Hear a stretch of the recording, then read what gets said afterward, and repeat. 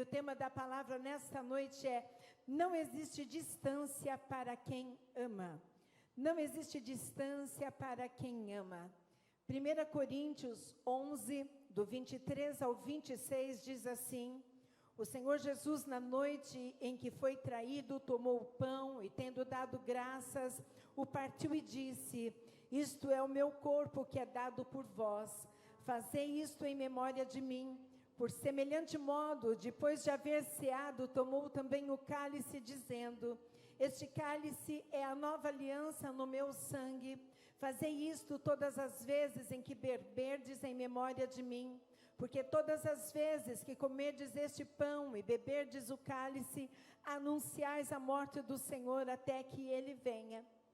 A ceia do Senhor é o momento onde nós e todos aqueles que servem ao Senhor em toda parte do mundo paramos e dedicamos um tempo para recordarmos o sacrifício que Jesus fez naquela cruz, quando morreu para perdoar os nossos pecados. E segundo a instrução deixada por Ele, devemos fazer isso anunciando a sua morte e a sua ressurreição até que Jesus volte. Atos, do 1, 9 a 11 diz: tendo dito isto, foi elevado às alturas enquanto eles olhavam, e uma nuvem o encobriu da vista deles, e eles ficaram com os olhos fixos no céu enquanto ele subia. Aqui está relatando, após a morte e a ressurreição de Jesus, o que aconteceu. Então, eles estão escrevendo, Atos está escrevendo assim: olha, depois que Jesus morreu, quando ele ressuscitou, foi esta a visão que aqueles homens e aquelas pessoas tiveram. Eles ficaram com os olhos fixos no céu enquanto ele subia, e de repente surgiram diante deles 2 homens vestidos de branco que lhes disseram: Galileus, por que vocês estão olhando para o céu? Este mesmo Jesus, que dentre vocês foi elevado aos céus, voltará da mesma forma como o viram subir. Aqui está dizendo que Jesus, depois que morreu e ressuscitou, ele foi elevado aos céus, e da mesma forma que ele foi, um dia ele voltará, e este é o grande advento que nós cristãos aguardamos. Mateus 24, do 42 ao 44, diz o seguinte: portanto, vigiem, porque vocês não sabem que dia virá o seu Senhor, mas entendam isto: se o dono da casa soubesse a que hora da noite o ladrão viria, ele ficaria de guarda e não deixaria que a sua casa fosse arrombada. Assim vocês também precisam estar preparados, porque o Filho do Homem virá numa hora em que vocês menos esperam. Quando nós lemos esta palavra, seguida da palavra que nós havíamos lido logo no início, quando o Senhor faz a recomendação que devíamos participar da Santa Ceia, fazer esta celebração para lembrar a sua morte, Ele coloca que o prazo para que isso termine é quando Jesus há de voltar. Por quê, pastora, quando Jesus voltar? Porque depois haverá uma grande ceia do encontro do noivo que é Cristo com toda a sua igreja. Então, a partir daquele momento, não será mais necessário lembrarmos da morte e do sacrifício de Jesus, porque a partir daquele momento, aqueles que confessaram Jesus como Senhor e Salvador, já estarão com Ele por toda a eternidade. Mas até que este grande advento ocorra, até que Jesus volte, todos os meses nós temos por hábito celebrar a Santa Ceia do Senhor. E através desta mesa de Santa Ceia, nós estamos também celebrando a comunhão e a unidade de Cristo com a igreja. E também ela nos faz lembrar que Jesus, mesmo sendo Filho de Deus, o próprio Deus, deixou a sua glória, habitou em Maria, no ventre de Maria, nasceu e viveu como homem, aos 30 anos passou pelo batismo nas águas, por João Batista no Rio Jordão, durante 3 anos ele fez grandes milagres, como aqueles que nós participamos nos últimos cultos, aprendendo e compartilhando, morreu, foi crucificado, ao 3º dia, ressuscitou e voltará. Tudo isso esta mesa representa. Jesus como homem habitando no nosso meio, mesmo como Deus, sem perder a sua santidade, Ele habitou no nosso meio e não pecou. Por que Jesus fez tudo isto? Para que passando por nós, passando pela humanidade, Ele pudesse entender aquilo que eu e você muitas vezes passamos. Por isso que Ele diz para nós, no mundo tereis aflições, mas tende bom ânimo, porque eu venci o mundo e vós vencereis também. Quando Jesus, na passagem que lemos, institui ali o pão e o vinho como símbolos, Ele estava fazendo isso porque na cultura judaica, todos aqueles que fizessem uma aliança, todos aqueles que tivessem um compromisso, o mais alto nível de compromisso de uma pessoa com a outra era feito através do sangue. E quando havia este compromisso, quando havia este pacto de sangue, você estava dizendo que tudo que era daquela pessoa era seu, e tudo que era seu era daquela pessoa. Então Jesus, Ele traz então para nós esta simbologia do pão e também do vinho, aqui representado pelo suco de uva, para dizer que Ele tem uma aliança com a humanidade. E esta aliança, ela foi feita através da sua morte na cruz, através do derramamento de sangue de Jesus. Ele hoje pode habitar em nós, através do sangue do Cordeiro, quando nós entendemos o plano de salvação e o aceitamos como Senhor e Salvador. O sacrifício humano ainda ocorre. Sacrifícios animais ainda ocorrem em muitas seitas, em muitas religiões. Por quê? Porque todas as vezes que o inimigo tentar fazer alguma coisa, ele tenta sempre imitar aquilo que Jesus fez. Por isso que você vê em muitos lugares sacrifícios. Porque ele tenta, através daquele sacrifício, se igualar no poder a Deus. Mas eu quero te dizer que o único Deus que morreu, foi crucificado, ressuscitou. O nome dele é Jesus, o verdadeiro Filho de Deus. Não existe um outro sacrifício, nem humano e nem animal. Jesus, ao declarar na ceia, quando estava com seus discípulos, que aquele cálice era uma nova aliança no seu sangue, que devíamos fazer isso em memória dele, Ele estava estabelecendo uma união do homem com Deus, espiritualmente. Em 1 Coríntios 6:17 diz assim: porém, quem se une com o Senhor se torna espiritualmente uma só pessoa com Ele. Quando aceitamos a Jesus, irmãos, quando passamos pelas águas do batismo, como vimos na semana retrasada, e hoje vamos ver um vídeo, quando passamos pelo batismo e por aceitar a Jesus, e agora quando participamos da Santa Ceia, nós estamos renovando a nossa aliança com Cristo e Cristo conosco. Isto até que Jesus venha. E o mais bacana disso tudo é que toda a simbologia de Jesus sempre retrata algo do nosso cotidiano. Ele poderia ter dito que eram para servir a ceia, sentados em qualquer lugar, dentro de cestos, dentro de um barco, mas não. Ele estava sentado com seus 12 discípulos, na última ceia antes da sua morte. E eles estavam, se você for se lembrar das imagens que você já viu, eles estavam sentados ao redor de uma mesa. É claro que a mesa, naquela época e naquela cultura, não era como a nossa mesa. Era uma mesa baixa, onde as pessoas sentavam no chão ao redor daquela mesa, mas a simbologia é a mesma, porque mesa significa comunhão, mesa significa relacionamento, mesa significa intimidade. Por isso, sempre que eu converso, aconselho e ministro, eu sempre digo que nós temos que tomar muito cuidado com as pessoas que sentam à nossa mesa. Por isso que quando nós nos convertemos, quando nós deixamos de fazer algumas coisas, existem pessoas que se desinteressam pela nossa mesa, porque a conversa já não é mais a mesma, a fofoca não tem mais lugar, não tem mais lugar para xingamentos, para palavras torpes, não tem mais lugar naquela mesa para aquele mesmo tipo de padrão e de hábito. Então muitas pessoas se desinteressam por aquela mesa. Jesus então estava com os seus discípulos, sentado à mesa, sabendo que em poucos minutos ou em poucas horas ele seria levado ali para aquela cruz e morrer. Fazia parte do plano de Deus. Bastava que Jesus não quisesse, ou que o Pai quisesse tirá-lo daquela situação, ele não precisaria ser crucificado. Ele era Deus, ele tinha o poder.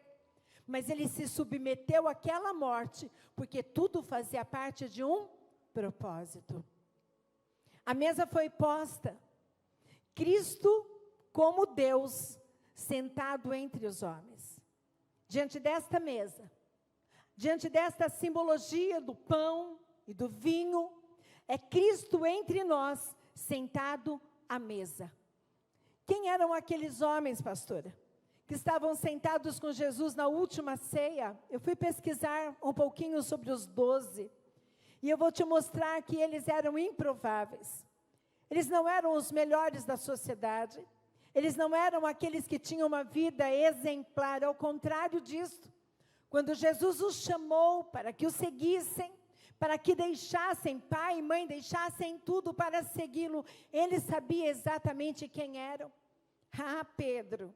Pedro era um impulsivo, aquele que agia sem pensar, aquele que cortou a orelha de um soldado romano durante a prisão de Jesus. Mas Pedro tinha algo que chamou a atenção em Jesus. Ele tinha uma fé inabalável.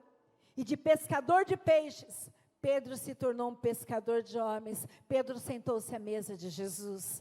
André, o irmão de Pedro, era um homem discreto, mas ele tinha facilidade de conectar as pessoas ao Mestre. Tiago, chamado de Tiago Menor, serviu fielmente a Jesus, mas não se fala muito dele na Bíblia. Eu fico pensando que ele devia ser tímido e retraído.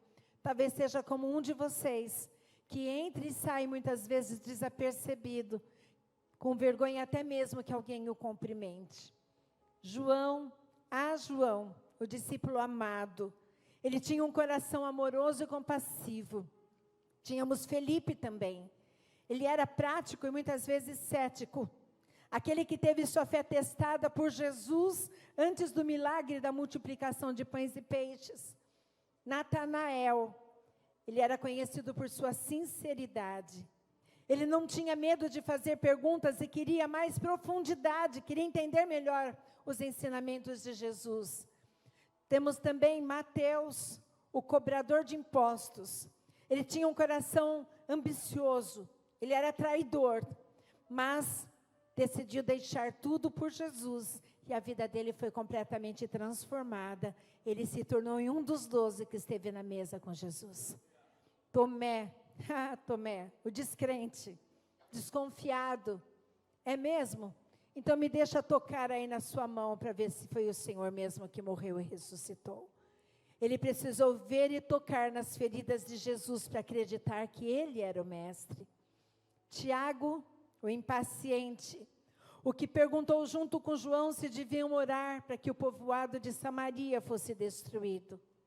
Temos também Tadeu, homem de poucas palavras, de quem sabemos pouco, mas foi um evangelista. Ele pregava sobre Jesus, talvez não como os irmãos pregaram ontem ali no evangelismo de rua, mas ele foi um evangelista que por amor a Cristo foi perseguido e foi morto por causa do evangelho. Temos também Simão, o zelote. Ele era meio rebelde, ele fazia parte de um grupo de políticos que buscava através ali do meio político a independência dos judeus. E temos então Judas, o Iscariotes, ambicioso e traidor, que entregou Jesus às autoridades. Qual desses você levaria para a sua casa? Qual desses você convidaria para a ceia de Natal e de Ano Novo? Qual desses você chamaria para um almoço em família no domingo? Talvez você não chamaria nenhum desses. Mas Jesus chamou os improváveis para que se assentassem com ele, porque Jesus via o que ninguém enxergava, talvez nem mesmo você. Lucas 22, 15 a 20, diz qual era a expectativa de Jesus para aquela última ceia. E diz assim: então Jesus lhes disse: tenho desejado ansiosamente comer esta Páscoa com vocês antes do meu sofrimento, pois eu lhes digo que nunca mais a comerei, até que ela se cumpra no reino de Deus. E pegando um cálice, Depois de ter dado graças, disse: peguem e repartam entre vocês, pois eu digo a vocês que de agora em diante não mais beberei do fruto da videira até que o reino de Deus venha, ou até que venha o reino de Deus. E pegando um pão, tendo dado graças, o partiu e lhes deu, dizendo: este é o meu corpo que é dado por vocês, façam isso em memória de mim. Do mesmo modo, depois da ceia, pegou o cálice, dizendo: este cálice é a nova aliança do meu sangue derramado por vocês. Jesus estava convidando aqueles homens, como está nos convidando nesta noite, para participarmos desta ceia. Aqueles homens só não imaginavam que aquela partícula de pão representaria o corpo de Cristo moído naquela cruz do Calvário. Um corpo que seria dilacerado por amor a eles, moído, açoitado, seria furado através da lança, pelos carrascos, por amor àqueles que estavam àquela mesa e por amor às nossas vidas. Aquele vinho, aquele cheiro de uva, aquele cheiro que eles sentiam daquele cálice que eles tomavam com o mestre na sua última ceia, nada mais seria do que a representação daquele sangue vertido naquela cruz, que pode nos lavar de todos os nossos pecados e purificar as nossas vestes, tornando-as alvas como a neve. Jesus estava dizendo: este pão representa o meu corpo, este suco de uva ou este vinho representa o meu sangue, que foi dado em favor de vós. Aquela foi a última ceia de Jesus, antes da sua crucificação. Mas Ele hoje nos convida novamente a nos lembrarmos de todo este sacrifício. E hoje não é mais Pedro, Tomé, Natanael, mas hoje é Maria, Miriam, Antônio, Fábio, Gilberto, Michel, Diego e tantos outros nomes. Hoje foi você convidado a participar desta mesa. Maria, Marta, as mais agitadas, as mais comedidas, as mais rancorosas, as mais meigas, as improváveis e os improváveis. Hoje nós somos chamados para sentar à mesa com o Mestre. Você parou para pensar que privilégio que você tem? Você foi chamado hoje para uma santa ceia. A tua primeira santa ceia. Quantos hoje participarão pela primeira vez desta santa ceia? Aplauda Jesus por estas vidas. Este é o privilégio que essas pessoas têm hoje, de se assentar pela primeira vez na mesa com o Senhor. E talvez você já se assente há tanto tempo, que você se esqueceu deste sacrifício. Ou você já se assentou e por algum motivo deixou essa cadeira vazia. Mas eu quero dizer para você que nesta noite, da mesma forma que Jesus chamou 12 personalidades tão diferentes, improváveis, mas eram escolhidas por Jesus para se assentarem com Ele àquela mesa. E o que isto quer dizer, pastora?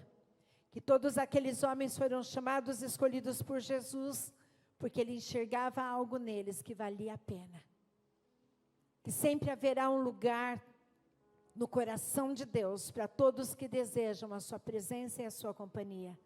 Sempre haverá um lugar na mesa, na casa do Pai. Como mãe, como pai, existe alguma alegria maior do que quando um filho diz: eu vou dar uma passadinha aí na sua casa, eu vou tomar café com você, eu quero jantar com você, vocês vão estar em casa hoje? Você diz o quê? Pode vir, porque a gente faz o que comer. Você já parou para pensar na alegria do pai quando um filho que estava afastado e distante volta para comer à mesa com ele? Sempre haverá um lugar no coração de Deus, sempre haverá na casa do Pai um lugar na mesa para um filho. Naquela mesa estavam pessoas inseguras, pessoas com pequena fé, sem recursos, muitas delas. Outras foram vítimas de preconceitos, alguns homens comuns, outros pescadores. Naquela mesa estava Pedro, que negaria Jesus 3 vezes. Aquele que viu milagres, aquele que andou com Jesus, Aquele que abandonou a rede para seguir Jesus, quando perguntam, você o conhece? Não, não conheço. Você o conhece? Não, não conheço. 3 vezes antes que o galo cantasse, Pedro negou a Jesus.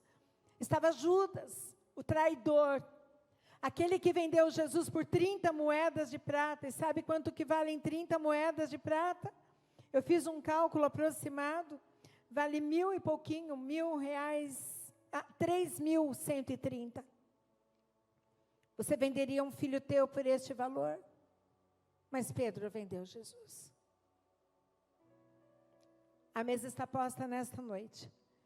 E o convite continua sendo feito para que pecadores improváveis, sobrecarregados, se assentem e possam lembrar da morte, do sacrifício, mas também da ressurreição, da vitória obtida naquela cruz. Esta vitória, a vitória eu posso ver.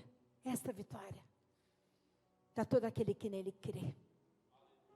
Para aqueles que, crendo no sacrifício de Jesus, se entreguem completamente ao seu amor e se tornem filhos e cordeiros com Cristo. Que deixem de viver uma vida de derrota, de fracasso, de vergonha e recebam uma nova identidade, filhos. Existe um ditado que diz, todos somos filhos de Deus. Isto é verdade? Vou perguntar de novo, é verdade que todos somos filhos de Deus? Sim ou não? Não. Todos somos criaturas, porque fomos criados por Deus. Mas filhos, a palavra de Deus diz que só é filho aquele quem aceita o Pai. Quem aceita o plano do Pai, quem reconhece a paternidade em Deus, só pode ser filho quem reconhece a paternidade. Se você pegar uma certidão de nascimento e não ver ali a filiação, o filho muitas vezes vai em busca de quem é este pai biológico, e quando este filho encontra o pai, a primeira coisa que ele quer é que o pai coloque o quê? O nome. Porque a partir do momento em que o pai coloca o nome no registro, ele reconhece a sua paternidade. Mas quantos pais não fazem isso? Mas aqui o caminho é o contrário. Não é o filho que vai buscar o pai, mas é o pai que veio para buscar o filho. Nesta noite o pai veio para nos buscar. Veio para buscar filhos que estejam necessitando de um pai. Não é para filhos bons, perfeitos, santos, pela sua própria vida e conduta. Mas para filhos que são santificados por causa do sangue de Jesus, que nos purifica de todos os nossos pecados. Por isso somos santificados. Por isso somos dignos de sermos chamados filhos e filhas do Senhor. Não é pelo teu mérito, não é pelo teu sacrifício, não é pelos teus dízimos, ofertas ou pela tua caridade, porque nada disso compraria a tua salvação e a minha. Mas é pelo reconhecimento. Essa celebração de Santa Ceia, irmãos, ela nada mais é do que um convite para que nós possamos novamente nos assentar à mesa e nos lembrar que este memorial é um memorial de amor. É um memorial de um sacrifício que Jesus fez, de uma nova aliança. Nós estávamos completamente destinados à morte e ao distanciamento eterno, mas Jesus veio e fez uma nova aliança. Jeremias 31, do 31 ao 34, diz assim: estão chegando os dias, declara o Senhor, quando farei uma nova aliança com a comunidade de Israel e com a comunidade de Judá. Não será como a aliança que fiz com seus antepassados, quando os tomei pela mão para tirá-los do Egito, porque quebraram a minha aliança, apesar de eu ser o Deus deles, diz o Senhor. Esta é a aliança que farei com a comunidade de Israel, portanto nós também. Depois daqueles dias, declara o Senhor, porei a minha lei ou a minha palavra no íntimo deles e a escreverei nos seus corações. Serei o Deus deles e eles serão o meu povo. Ninguém mais ensinará ao seu próximo nem ao seu irmão dizendo, conheça o Senhor, porque todos eles me conhecerão, desde o menor até o maior, e diz o Senhor, porque eu lhes perdoarei a maldade e não me lembrarei mais dos seus pecados. É para nós isto. Os nossos pecados foram apagados e perdoados. O nosso passado foi liquidado, a conta que havia, a dívida que havia, ela foi rasgada na cruz do Calvário. Jeremias, durante 23 anos, pregava para o povo para que eles se arrependessem dos seus maus caminhos, mas eles não quiseram fazer isso.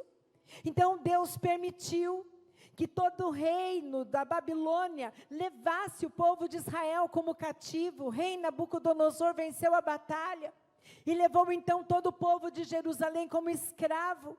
Então, quando o profeta Jeremias escreve isso, era Deus dizendo que reunificaria novamente o povo, que o amor do Senhor era um amor eterno, que havia esperança para eles, e que o Senhor recompensaria todo o choro daquele povo.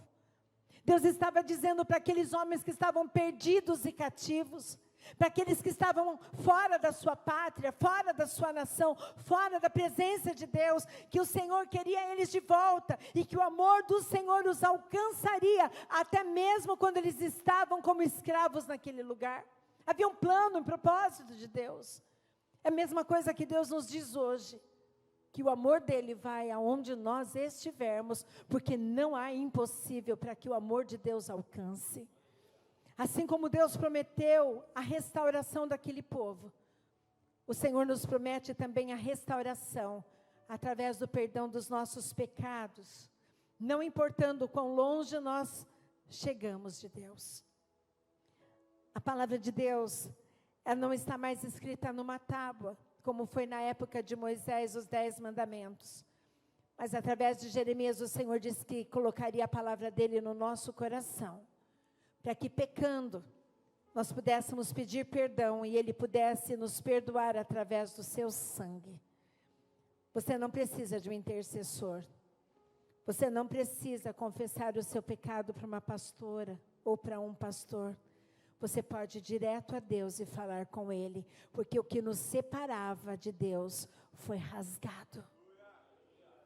O véu que nos separava, ele já não existe mais.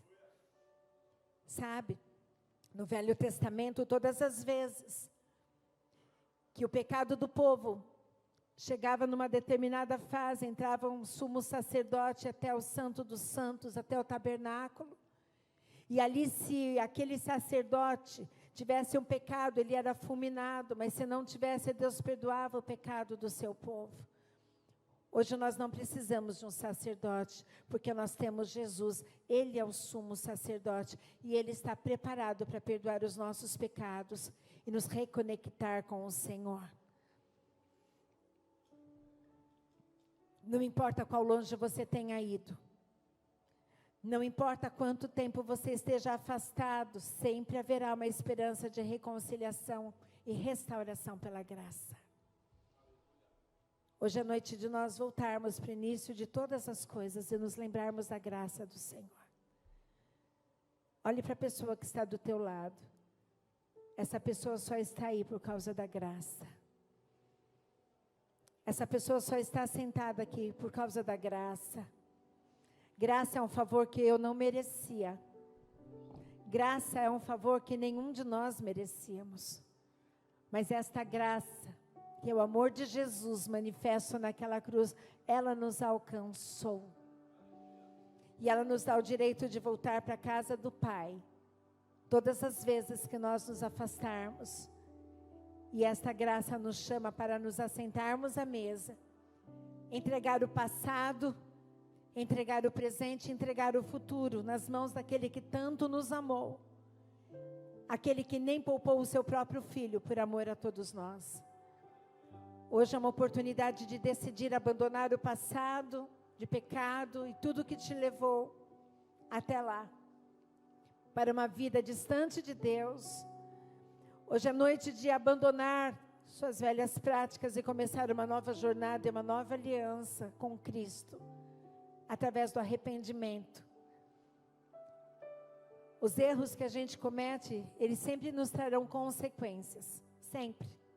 Como aquele povo que estava ali em Jerusalém e não entendeu aquilo que Jeremias falava, eles tiveram consequências, eles ficaram cativos durante muitos anos, foram tratados como escravos durante muitos anos, mas o Senhor novamente os trouxe, lhes deu mais uma chance. Então o que eu quero dizer para você é que há uma esperança, Não importa a sua situação, em Cristo sempre há esperança e um futuro guardado. O teu passado não pode ser mudado, mas o teu futuro está intacto. Não existe distância, irmão. Não existe distância, irmã. Não existe tempo, não existe pecado que possa te separar do amor de Deus através de Cristo Jesus. Deus te ama e não desiste de você. Se coloque de pé. Existe um versículo que retrata tão bem, de uma forma que talvez seja mais compreensível para todos nós, o amor de Deus. Mas diz que este amor ainda é maior do que o amor desta pessoa, amor de mãe. Diz que o amor de Deus é maior do que o amor de uma mãe. E o profeta Isaías diz assim: haverá mãe que possa esquecer seu bebê que ainda ama e não ter compaixão do filho que gerou? Embora ela possa esquecê-lo, eu não me esquecerei de você. Ainda que uma mãe abandone um filho que mama, ainda que uma mãe abandone seu filho de alguma forma, física ou emocionalmente, ainda que ela faça isto, o Senhor diz que Ele não se esquecerá de você. Venha, assim como estás, diante do Pai. Feche os teus olhos, Pai.